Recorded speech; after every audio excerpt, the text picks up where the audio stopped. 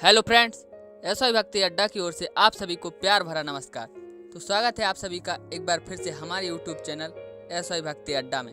Friends, आज हम आपको साईं बाबा की व्रत कथा एवं पूजा विधि बताने जा रहे हैं। तो जो लोग नए हैं तो हमारे चैनल को प्लीज सब्सक्राइब कर वीडियो को लाइक करें और ज्यादा से ज्यादा अपने फ्रेंडों के साथ शेयर करें। और फ्रेंड्स, कमेंट में हमें ओम साई राम जरूर लिखें। फ्रेंड्स, अब हम श्रवण करते हैं श्री साईं बाबा व्रत की पूजा विधि क्या है। श्री साईं बाबा का यह बहुत ही चमत्कारी व्रत है। इस व्रत को प्रारंभ करने के पूर्व हथेली के आकार का एक नया सफेद कपड़ा लेकर उसे गीली हल्दी में डुबाकर सुखा लें। गुरुवार को प्रातः अथवा स्नान आदि से परिपूर्ण होकर स्वच्छ वस्त्र धारण करें। तत्पश्चात पूर्व दिशा की ओर स्वच्छ कपड़ा बिछाकर एक आसन रखें एवं उस पर साईं बाबा की मूर्ति अथवा चित्र स्थापित करें। अब साईं बाबा को चंदन कुमकुम का तिलक लगाएं, ताजे फूलों की माला चढ़ाएं, दीपक जलाएं एवं अगरबत्ती धूप बत्ती भी लगाएं।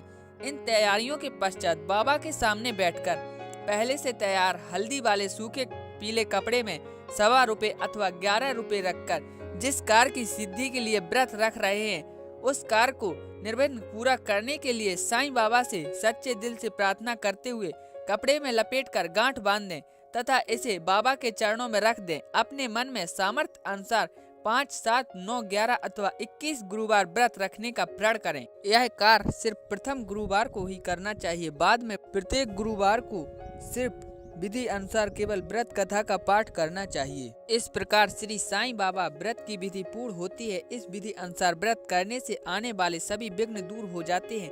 श्री साईं बाबा व्रत कथा। बात बहुत पुरानी है। एक छोटे से गांव में एक गरीब परिवार रहता था। घर के मुखिया श्यामलाल थे।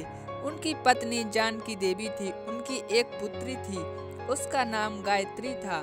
गायत्री कम पढ़ी लिखी और धार्मिक प्रवृत्ति की थी।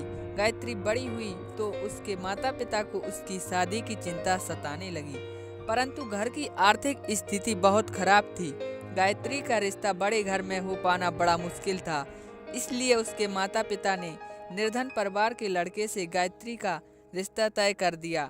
गायत्री पढ़ी लिखी नहीं थी, इसलिए कुछ कहे बिना उसने अपने माता पिता की बात मान ली।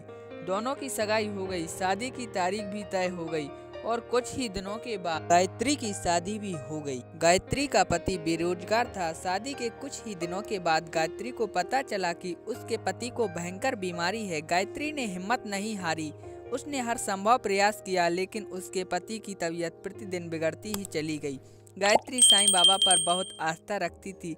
एक दिन गायत्री अपने घर पर दुखी बैठी थी। साधु भिक्षा मांगने आया। गायत्री ने साधु को भिक्षा में भोजन कराया। साधु ने आशीर्वाद दिया, बेटी सदा सुखी रहो। गायत्री ने कहा, कैसे सुखी रहूं बाबा, मेरे पति बीमार हो गए हैं। बाबा ने कहा, बेटा तू साईं बाबा का व्रत कर। बाबा ने बताया, व्रत में फलाहार करना या एक समय भोजन करना, साईं बाबा के मंदिर जाना या घर पर 9 गुरुवार को साईं बाबा की पूजा करना और साईं व्रत की पुस्तक 5, 11, 21, 51 भेंट स्वरूप बांटना और इस तरह साईं बाबा व्रत का प्रचार करना। साईं बाबा तेरी सभी तकलीफों को दूर कर तेरी हर मनोकामना पूर्ण करेंगे। यह व्रत कलयुग में बड़ा चमत्कारिक व्रत है। साईं बाबा का सच्चे मन से पाठ करना और साईं बाबा पर अटूट विश्वास करना। देर से ही सही पर तेरी मनोकामना जरूर पूरी होगी। गायत्री ने 9 गुरुवार का व्रत किया और उसके पति की तबीयत ठीक होने लगी। कुछ ही दिनों में गायत्री का पति पूर्ण रूप से ठीक हो गया और उसने अपना व्यवसाय प्रारंभ किया। गायत्री ने विधि पूर्वक उद्यापन किया और गरीबों को भोजन करा। साईं व्रत की 11 पुस्तकें भेंट कर स्वरूप बांटी। कुछ ही दिनों में उनका व्यवसाय बढ़ गया। इस तरह साईं व्रत ने उनकी तकलीफों को दूर कर दिया। जो भी व्यक्ति इस साईं बाबा की कथा को पढ़ता अथवा सुनता है उसकी सभी मनोकामनाएं साईं बाबा की कृपा से पूर्ण होती हैं। दोस्तों, कमेंट में हमें श्रद्धा सबूरी जरूर लिखें। ओम साईं राम।